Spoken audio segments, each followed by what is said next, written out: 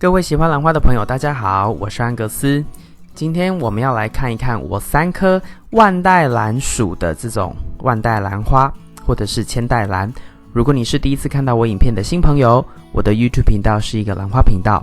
我在这边与你们分享兰花相关的种植要领、个人经验、我学习到的技巧、兰花欣赏等等等。如果你想要学会怎么养兰，欢迎订阅我的频道并打开通知铃铛，这样每当我上传新的影片，你就会收到及时的通知。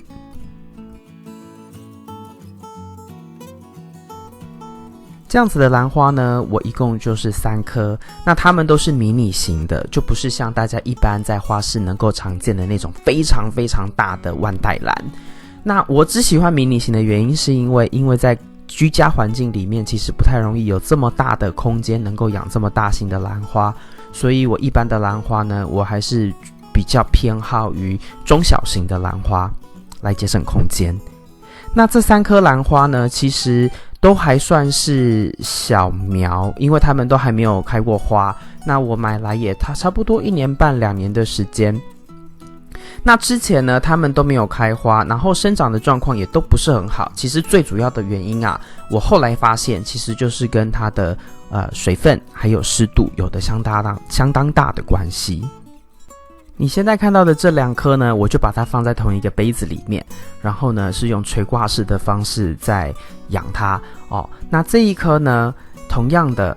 它比较大一点，所以我就单独用一个杯子。那你看到它下面也有一些小水盘，有放石头，那个就是在增加它周围的水汽。但是呢，这3颗啊，因为我虽然都有放这种类似像魔术毛巾这样 microfiber 的东西来让它就是增加它的这个根系附近周围的湿润程度跟保水性，但是呢，我发现它们的根系都没有长得相当的好。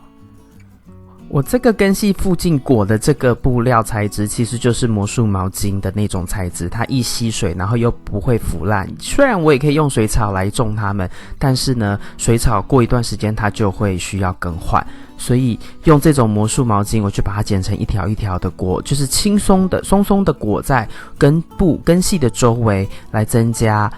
就是它的湿度，然后也顺便提供水分。那你现在看到这边的这个影片呢，其实就是一个我一般对这些兰花它的浇水的操作，就是2颗兰花会在这个吊挂的这个小盆子里面，那我浇水的时候呢，我就是再把它放到另外一个同样 size 的杯子里面去泡完之后可能20-30分钟1个小时有时候我甚至泡个半天，然后我再把它拿起来沥干之后，我就再把它挂上去我养兰花的这个架子上面，就是这样子。所以它周围根部的周围是很有水分的但是呢，它的这个魔术毛巾的这个布料材质呢，又能够还是持续的供水那它有很多的空气，也有很多的水分。但是啊，你看我后来把我这3颗移到这个大的玻璃的这个算是花器里面，应该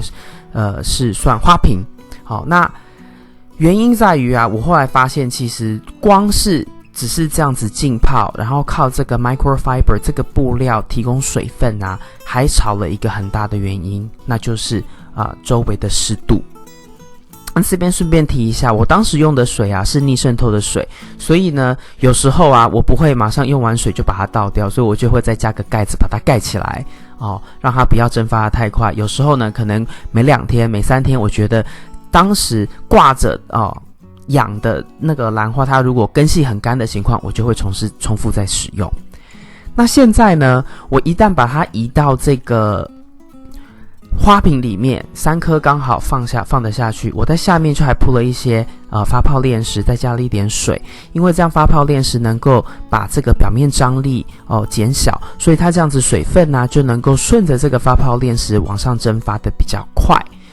那在往上蒸发的同时呢它这个整个容器里面就会有比较高的湿度。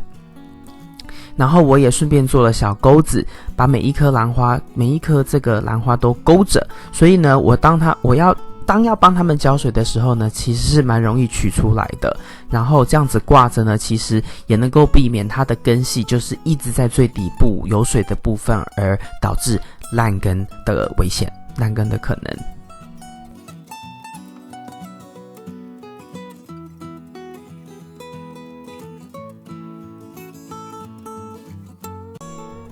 那一般来说，其实我这样子做只是实验性质哦，因为一般这一种兰花它要养得好，都是在南方高温高湿度的地方，因为他们喜欢裸根生长，他们其实不太适合种在盆子里面。但你透过照片你会发现，这是已经经过大概几个月时间，我这样子转换这样的养殖方式、种植方式，他们的根系开始渐渐有了起色。这个就是一个比较近的一个照片，让你看一下它新根系长出来的这个根系的这个头，有的比较深颜色，有的比较浅颜色，但是呢，这3颗同时都在长很多的新的根系。那这个呢，是我之前比较懒惰的时候，3颗就是同样都泡在同一个盆子里面，让它们就是补充水分。但最好的做法其实应该是每一颗都要分开，因为其实每一颗兰花呢，它都有可能会带有相关的一些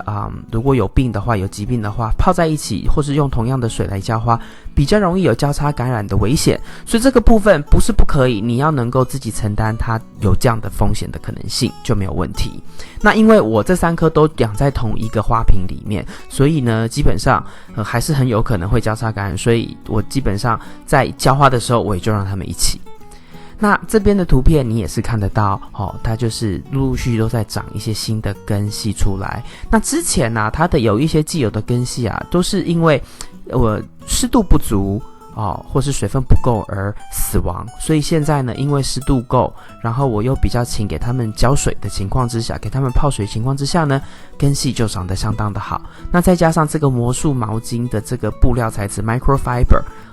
保水性也不错，所以呢他们就是常常是比较处于在一个空气很足够但是湿度高，但是又很有养分的一个情况下生长。那再加上现在呢是夏天的时候，春夏天气温比较高，所以也是能够帮助它们加快它们的生长速度。这个是在晚上的时候，你看到都有一些水汽的凝结表示它里面的温度够高，水汽也够高。我上面加了一个盖子，我在晚上的时候会把盖子打开，白天的时候呢，我就把盖子盖起来这样子反复的让它有很高湿度，然后调节湿度这样的一个反复，我发现对于根系上面生长的这个刺激也相当的有帮助。好，然后这边有一度有一条根系非常的长都已经长到就是这个发泡链石的顶部。好，那这是另外一张照片，就是当时它真正就是在很快速在长根的时候所照的照片。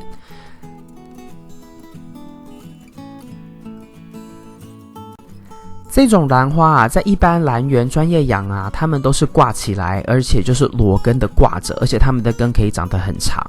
那它们呢，其实基本上每天每隔天就会浇水，因为呢它是裸根生长，然后有很多的空气，其实你浇完水可能当天晚上它就干了，所以你是可以常常浇水的。那我这边我自己居家环境的操作呢，其实也是大概5到7天一次才浇水一次，就跟着我其他每个礼拜这样子的一个给水的 schedule 来做给水。但是在中间因为我有给它下面有底部有这样的一个水池，让它能够蒸发水汽，所以呢在它稍微比较干的情况之下呢，还是有水汽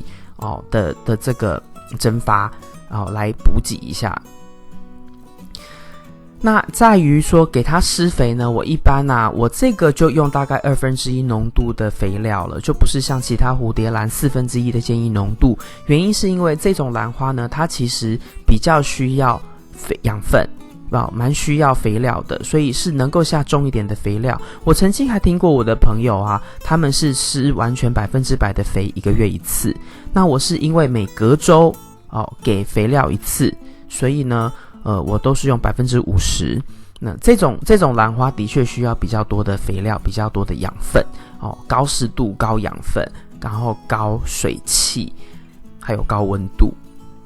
这是这一个兰花它的一个比较跟蝴蝶兰还有其他兰花比较不太一样的地方。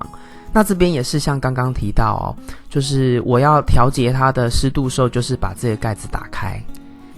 基本上呢白天的时候我都是盖着，因为气温比较高，我要让它的里面的这个水汽蒸发的比较快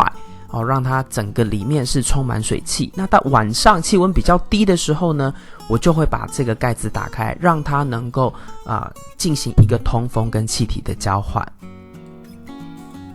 这个对我来说目前还是一个实验性质，因为其实这3棵都还是小苗，所以它们会不会开花，或是什么时候才会开花，我也不太清楚。但是至少跟你们分享一下，这种兰花它所需要的一个环境大概是什么样的条件。那如果你的家里面没有办法提供这样的条件的话，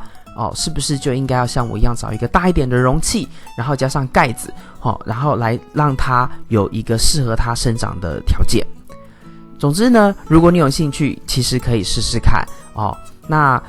因为它们也不是算太贵，所以呢，可以买个1-2颗回来玩一玩，增加一下自己对这种兰花的认识。